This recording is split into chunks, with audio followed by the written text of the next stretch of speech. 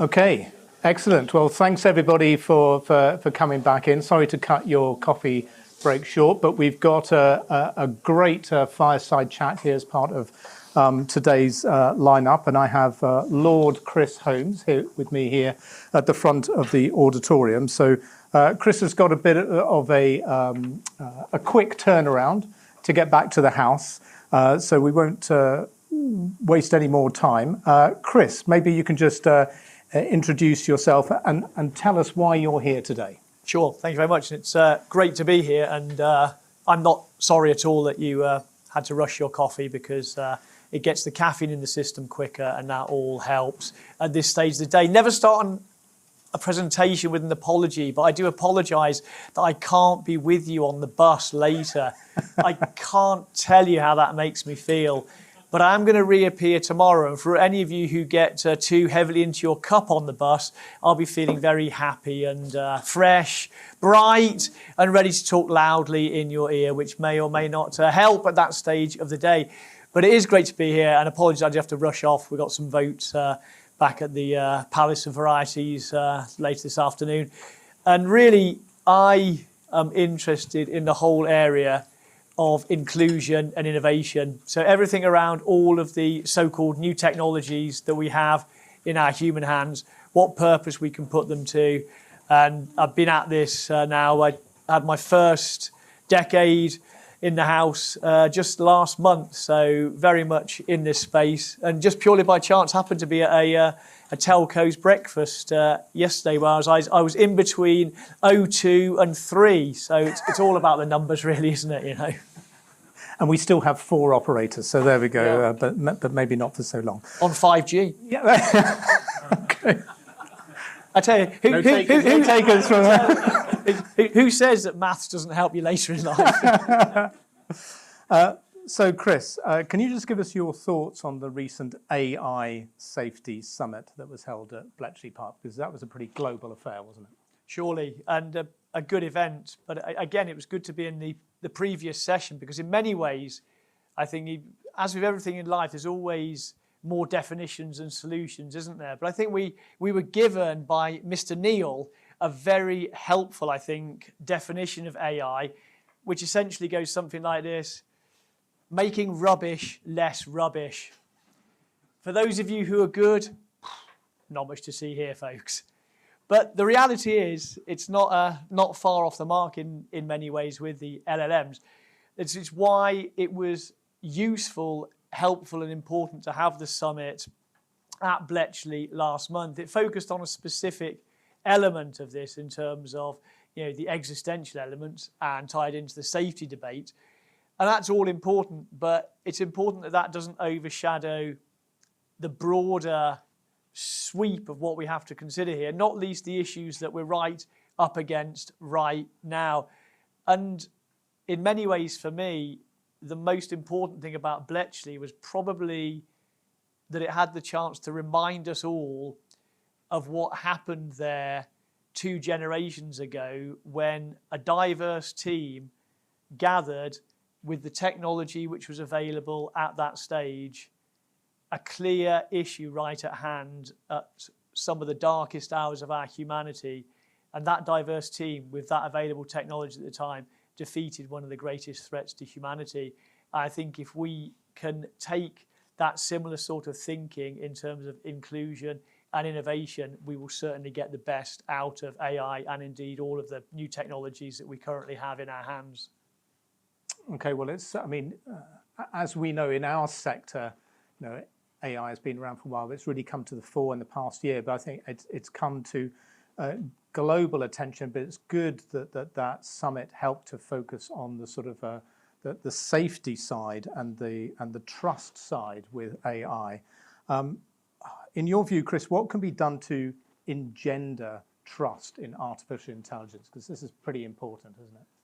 It's absolutely essential, because if the public don't, in inverted commas, buy this, it doesn't matter how good the AI, the kit is. And it's how all the technologies, in this instance AI, make themselves trustworthy. And this is why I think we've got all that we need to make a success of this, because it's not about so much what we understand about technology, it's what we understand about what it is to be human. So we know philosophy, economics, critical theory, we know how the whole conception of trustworthiness works. So getting all of that in place, getting far greater public engagement, public discourse around this is vital. In that sense, it's probably the greatest thing that ChatGPT has done for us in terms of having that conversation broader. It needs to go into a lot more areas than it has, but it certainly broadens that conversation around AI. And I think one example from the past to bring this to life, we will make a success of AI, and I use success broadly with a small s. We'll make a success of it if we have that real public engagement, being able to answer the question, what's in it for me? Why should I be bothered? What is this actually solving for? Why are we doing it? Is it delivering for all of our social, economic, psychological needs? And we got this right in the past a number of years ago with IVF. Now, in a sense, what could be more terrifying, what could be more science fiction than bringing human life into being in a test tube? But why is that not only a success, but seen as a positive part of everyday life? Because years ago, a colleague of mine, Baroness Warnock, launched the Warnock Commission to enable that public discourse, that public debate, that engagement about what IVF was all about and what the possibilities were, and discussing all of the issues and the ethics around it. And we absolutely need that level of public debate and public engagement around all that is marshalled under the two seemingly small letters of AI. Okay. Now, we've been focused here today on the application of artificial intelligence in the telecom sector, but obviously this applies to pretty much every vertical out there. Can you provide some kind of insights into how AI is impacting other sectors other than outside telecom? Yeah, and you're quite right. It's about all sectors. I mean, the great good news for everybody in the room is that for everything I've seen, telcos is one of the big four sectors which can really benefit in this space, the others being health, retail, and finance. Sorry, I thought I was going to sneeze then, but I didn't. I still might if people would like me to. We're all waiting. It's amazing. I'm so multifunctional. It's incredible. There's all kinds of stuff I can pull out. So telecoms is certainly a big part of it. And just as a sidebar on that, it's in the earlier discussion, regulation, the regulatory framework was talked about and what's needed. And again, Neil was saying there's plenty of legislation. Do we need additional regulations, legislation for AI? And that's a really critical point. And it takes us right back to, as everybody in this room will know, we can see how positively regulation can be brought to bear to impact. Look what was done with mobile telephony regulation in the United Kingdom, and look what happened as a result of that. It shows how it can be positively deployed. So another obvious sector to look at is health. We have the National Health Service. No one else in the world has that. And it's only through the human-led deployment of these technologies that we will have the health service that we need and that we deserve.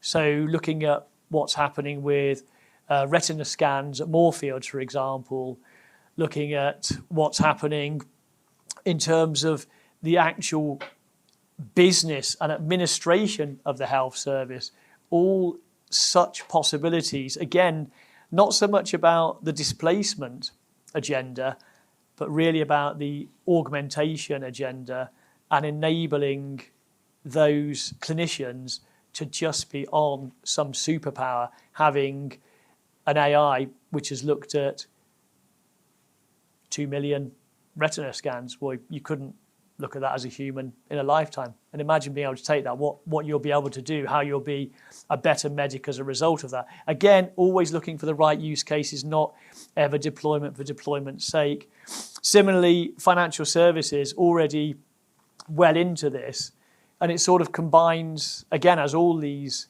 sectors do, with the issues around trust. Because look what's possible in financial services now. You could have, if you so chose, and if the providers wish to do it, moment by moment mortgage analysis in real time with the data, constantly looking at what product can work best for you. Easy example. But then the human element and the trust element of it. What about if it's the AI which turns you down for that mortgage, turns you down for that loan? Where are you then? Well, there needs to be hardwired through it all, explainability, transparency. Not easy, but absolutely essential. But certainly, for my mind, it's those four sectors amongst every sector which has opportunities within it. But it's those four sectors which can really benefit so much in the first instance. Okay. Now, you've got particular experience and insight into the financial sector and fintech. How are AI tools playing a role in fintech, and can AI enhance the impact of distributed ledger technology, or blockchain as it's more broadly known? For sure. And again, these technologies really get interesting when you look at how they can be considered and deployed in combination, in concert with one another. And though we're, if not at the top of the hype cycle for AI right now, we're pretty close to it.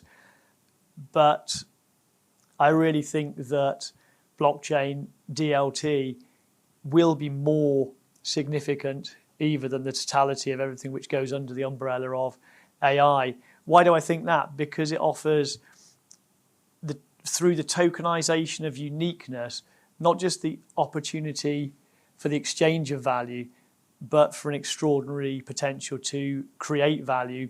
It's why I wrote a report in 2017 about distributed ledger technology, because my fear at that stage, which still exists as a fear now, is that blockchain, that is where technology can work, you see. That's a clear example of technology at its best. Quacking at me almost.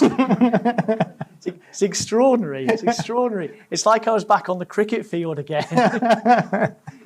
But my fear was then, as is now, that in the public mind, blockchain equals Bitcoin, Bitcoin equals blockchain. It's speculative. Why do we go anywhere near it? But the truth of it is, there's already extraordinary opportunities. Say, for example, in the financial markets, you could have the dematerialization of financial markets enabled on DLT with AI in the mix. What that could do for far better and far more, if you will, democratic price discovery, for example, absolutely extraordinary. That's at the sort of, if you will, wholesale market level of the question. But back down to what that then means for customers. If we get the technologies rightly deployed in combination, in financial services, for example, you could truly have something which would be worthy of the title of relationship banking. I mean, who knew? I mean, Captain Mannering, come on back. Your time has come. The Mannering bot. I mean, you could have, say, for example, chatbots emotionally available to you 24/7 with predictive analytics, which would stop potentially defaults happening in the first instance. It truly could feel like a new dawn of greater connection and real relational stuff. That's the possibility. But as with all of this, that's in no sense the inevitability, because get it even slightly wrong and you will exacerbate existing patterns and structures of exclusion and inequality. And that is just as likely, particularly when you go into all of the issues around data and the bias therein. Yeah.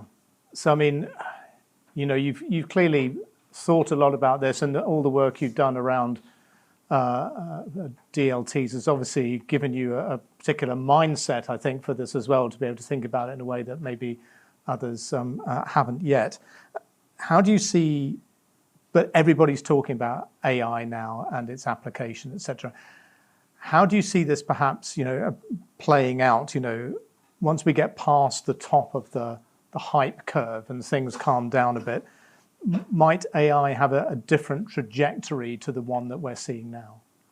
I think it almost certainly will, because this time last year, no ChatGPT, and though many of us were very well aware of LLMs, I mean, it's ironic that the lawyers were mentioned earlier. If you went to a lawyer and talked about LLMs, they'd think you had a master's degree in law, but you know, just an in-joke for people there. There's no ChatGPT this time last year. So we knew about LLMs, we knew about foundational models. Interestingly, some of the, if you will, expert bodies didn't even have this on their sort of scoping, risk map, all that kind of stuff. So this is changing at a pace, and we'll be talking about different specific elements, but again, to take us back to the solid ground of how we make a success of it. We make a success of it by understanding the key principles that we want to base things on: economic, social, psychological, and crucially, as been said, I imagine so much today, what are we wanting to achieve here? What are we seeking to solve for? Never have, however shiny and sparkly and talked about and BBC News and 10 it is, never have anything just because you think, oh, I'll have a bit of that, let's put a bit of that in there, because that's never going to engender optimal results, and it's going to adversely impact all of the potential positive stuff that can come through. So change for sure. Should we be afeared of that? No, because we know what we need to know to make a success of this. And if we don't, it won't be a failure of the technology, that will be a failure of us. Absolutely, and that's the eye that Neil was talking about earlier on. That's the thing that we really need to keep an eye on. So, Chris, that 15 minutes went incredibly quickly. It's been an absolute pleasure to have you here with us today. Thanks so much for joining us. I know you've got to hot-foot it back to the House of Lords, but as you mentioned, you're going to be joining us again tomorrow at the Great Telco Debate for anybody who's going to be there as well and that wants to chat further. So lovely. One final quick point, if I may. Thank you for your time today. Apologies again for not being on the bus. I feel disgusted with myself. Choosing work over a few sherbets at Christmas. Bar humbug. There's nothing Christmassy about me at all. I hate myself. But do connect with me on LinkedIn at Lord Chris Holmes. Love to hear your thoughts on any of these areas. Really do connect there. And also we'll be here tomorrow, so do rock up for a bit of a chat. If you'd like to, enjoy the rest of your day. Drink plenty on the bus. It's good to keep hydrated. Catch you soon. Thank you, Chris. So we're going to be going very shortly into the final session of the day, but it will take us just a couple of minutes to get the chairs here rearranged. So give us a couple of minutes and then we'll go straight into the final session on how telcos can enable AI to support verticals. So thanks very much for your patience, and thanks again to Chris. Thank you. Cheers. Okay, let me move your chair.